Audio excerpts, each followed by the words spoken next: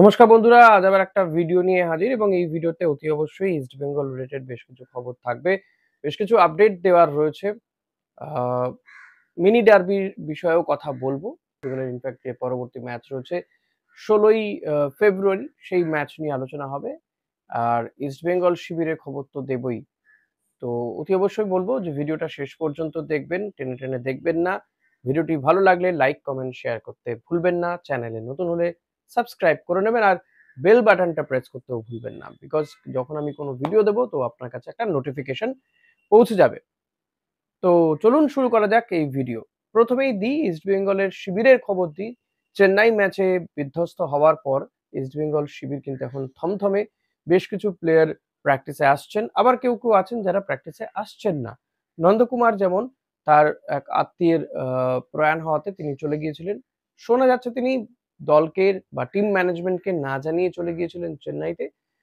তো তিনি ফিরে এলে দল হয়তো তার বিরুদ্ধে কোনো শাস্তিমূলক ব্যবস্থা নিলেও নিতে পারে। তবে আরেকটা রয়েছে যে সেন্টিমেন্ট গ্রাউন্ড তো রয়েছে, যেহেতু প্রয়াত হয়েছেন একজন, তো সেই কারণে হয়তো সেইটা বিচার বিবেচনা করা হতে পারে। রিচার্ড সেলিস, তার খবর দেব। রিচার্ড সেলিসের যে ভূমিকা ম্যাচে দেখা যাচ্ছে তা নিয়ে কিন্তু মোটেই খুশি নন অস্কার ব্রুজো। কেন খুশি নন?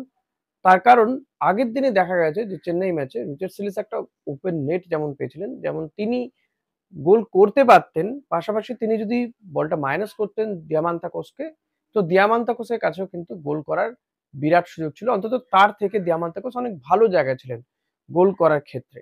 তো তিনি পাসটা না দিয়ে নিজে গোল করতে গিয়েছেন এবং বড্ড বেশি নিজে স্কিল দেখাতে ব্যস্ত থাকেন ম্যাচের মধ্যে। সেটা আমরাও দেখেছি, যেটা দেখে প্রথম তো ভালো লাগছিল। কিন্তু এটা তো প্রত্যেকটা ম্যাচে মেনে নেওয়া যায় না। দল যখন হারছে, দল যখন পিছিয়ে রয়েছে, তখন এই স্কিল নয়, অনেক বেশি করে দরকার যে পজিটিভ ফুটবল খেলা এবং যেটা দলের কাছে গুরুত্বপূর্ণ হবে, দলের জন্য যেটা প্রয়োজন সেটা করা। কিন্তু সেটা করছেন না রিচার্ড।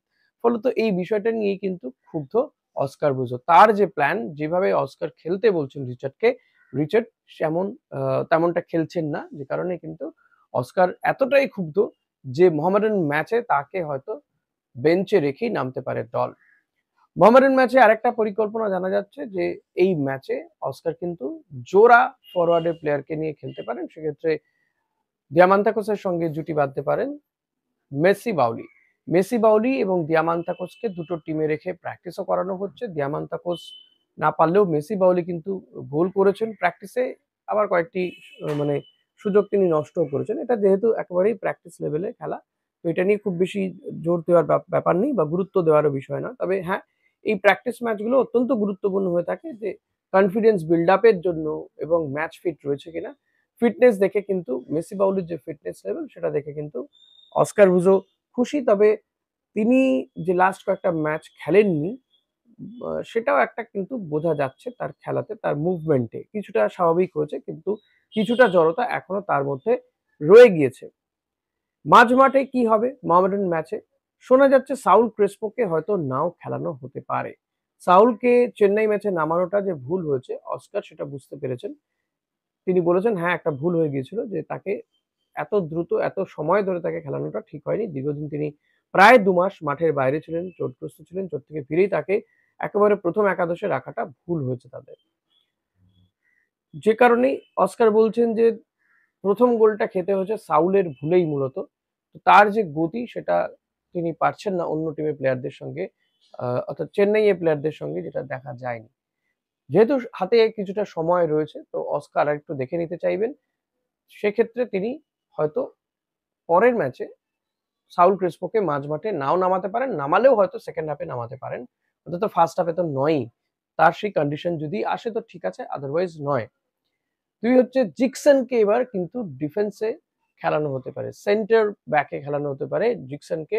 কারণ আম লালচুং লুঙ্গা তিনি আগের ম্যাচে চেন্নাই ম্যাচে রেড কার্ড দেখেছেন, তো ফলত এই ম্যাচে তিনি থাকবেন না। মাঝমাঠে যেমন সৌভিক ফিরে আসছেন, সৌভিক নাওরেম সেই জায়গাটা নিয়ে নিতে পারবে। জিকসানকে একটু পেছনের দিকে খেলানো হবে, সেন্টার ব্যাকে খেলানো হবে মোহামেডান ম্যাচে, এমনটাই কিন্তু জানা যাচ্ছে। সেক্ষেত্রে জিকসানের সঙ্গে আমরা দেখতে পারবো হেক্টর ইউএসএকে হয়তো খেলানো হবে। হেক্টরেরও অবস্থা খুব একটা ভালো নয়। তিনি তো চোট ছিলেন, তিনিও রিহ্যাব করছেন। এখন জিকসন হেক্টরকে খেলানো হবে নাকি জিকসন আনোয়ারকে খেলানো হবে সেটাও আরো কয়েকটা দিন গেলে বোঝা যাবে। আনোয়ারের কন্ডিশন কি রয়েছে, কারণ আনোয়ারের মনে করা হয়েছিল মোহামেডান ম্যাচে তাকে খেলানো হবে, কিন্তু দেখা গেল আনোয়ারকে চেন্নাই ম্যাচে সেকেন্ড হাফের শেষের দিকে কিছু সময় তাকে নামিয়ে দেওয়া হয়েছিল এবং তাতে আনোয়ারের খুব একটা অসুবিধে হয়েছে এমনটা কিন্তু মনে হয়নি। তো আনোয়ার মোটামুটি ফিট, ফলত জিকসনের সঙ্গে আনোয়ারকেই খেলানো হতে পারে বলে এক প্রকার মনে করা হচ্ছে, না হলে তো জিকসনকে সেন্টার ব্যাকে খেলানো হতো না। আর দুই রাইট ব্যাক এক্ষেত্রে বলবো রাকিব আর নিশু কুমারকেই হয়তো খেলানো হবে। উইং এ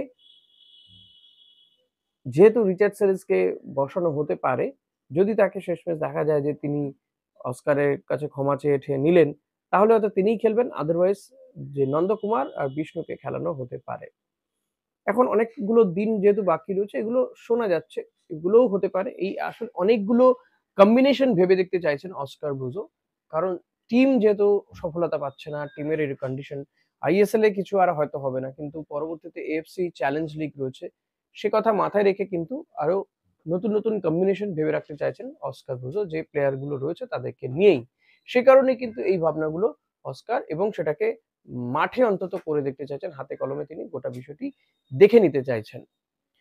আর একটা বিষয় বলবো যে সাউল ক্রেসপোকে নিয়ে সত্যিই চিন্তা বাড়ছে, কারণ তার যে চোট রয়েছে সেটা অস্কার ভালো বুঝতে পারছেন, এবং তাকে চেন্নাই ম্যাচে নামিয়ে যে ভুল করেছিলেন সেটাও তারা বুঝতে পেরেছেন, যে কারণে মোহামেডান ম্যাচে তাকে হয়তো নাও নামানো হতে পারে, কিন্তু সবটাই ডিপেন্ড করছে যে তার কি অবস্থা থাকে। সাউল নিজেও কিছুটা বুঝতে পেরেছেন যে চেন্নাই ম্যাচে তিনি ভুল করে ফেলেছেন। শোনা যাচ্ছে তিনি তার নিজে সোশ্যাল মিডিয়া পেজ রয়েছে, সেখানে তিনি বলেছেন, প্রতিশ্রুতি দিয়েছেন ফুটবল সমর্থকদের উদ্দেশ্যে, ইস্টবেঙ্গল সমর্থকদের উদ্দেশ্যে তিনি বলেছেন যে তিনি পরবর্তীতে আরো পরিশ্রম করবেন, আরো ভালো খেলার চেষ্টা করবেন। আহ, এটাই তিনি বলেছেন।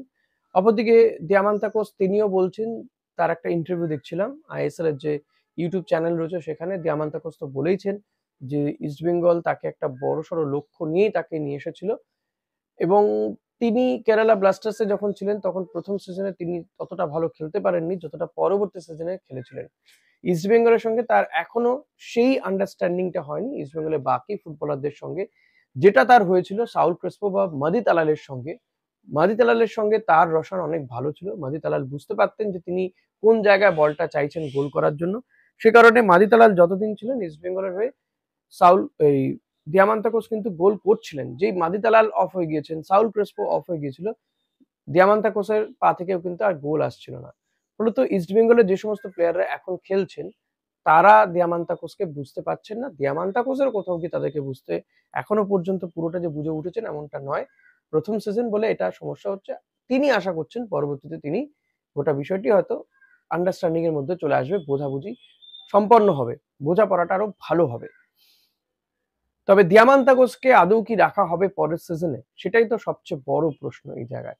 কারণ এমন একজন ফুটবলারের জন্য যদি আরেকজন ফুটবলারকে নিতে হয় যে দিয়ামান্তাকোসকে সঠিক জায়গায় পাস দেবে, সেটাও তো একটা বড় বিড়ম্বনার বিষয়।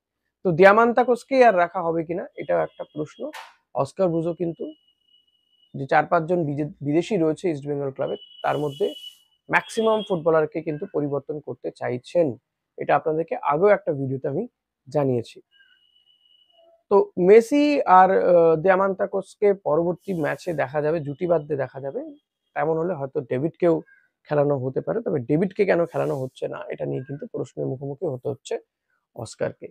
এরই মধ্যে যেটা জানা যাচ্ছে যে মোহামেডানের কোচ চেনেসব তিনি আসছেন না। তিনি যে সিজনের যে কটা ম্যাচ বাকি রয়েছে তিনি তার জন্য এই সিজনে তো অন্তত আর আসছেন না।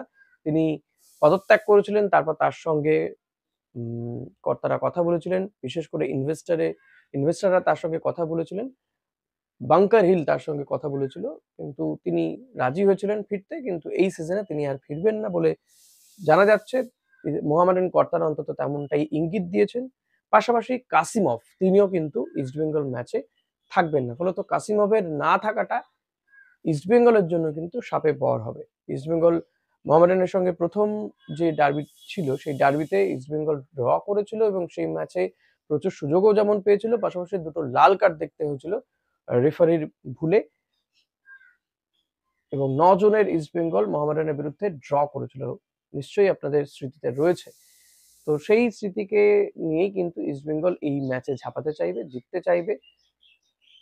তো দেখা যাক কি হয় ম্যাচে, যেহেতু এখনো বেশ কয়েকটি দিন বাকি রয়েছে, আরো কোনো কম্বিনেশনে যদি পরিবর্তন হয়, কিছু ইনক্লুড কিছু এক্সক্লুড হয়, তো অতি অবশ্যই আপনাদেরকে সে সম্পর্কিত তথ্য দিতে থাকবো।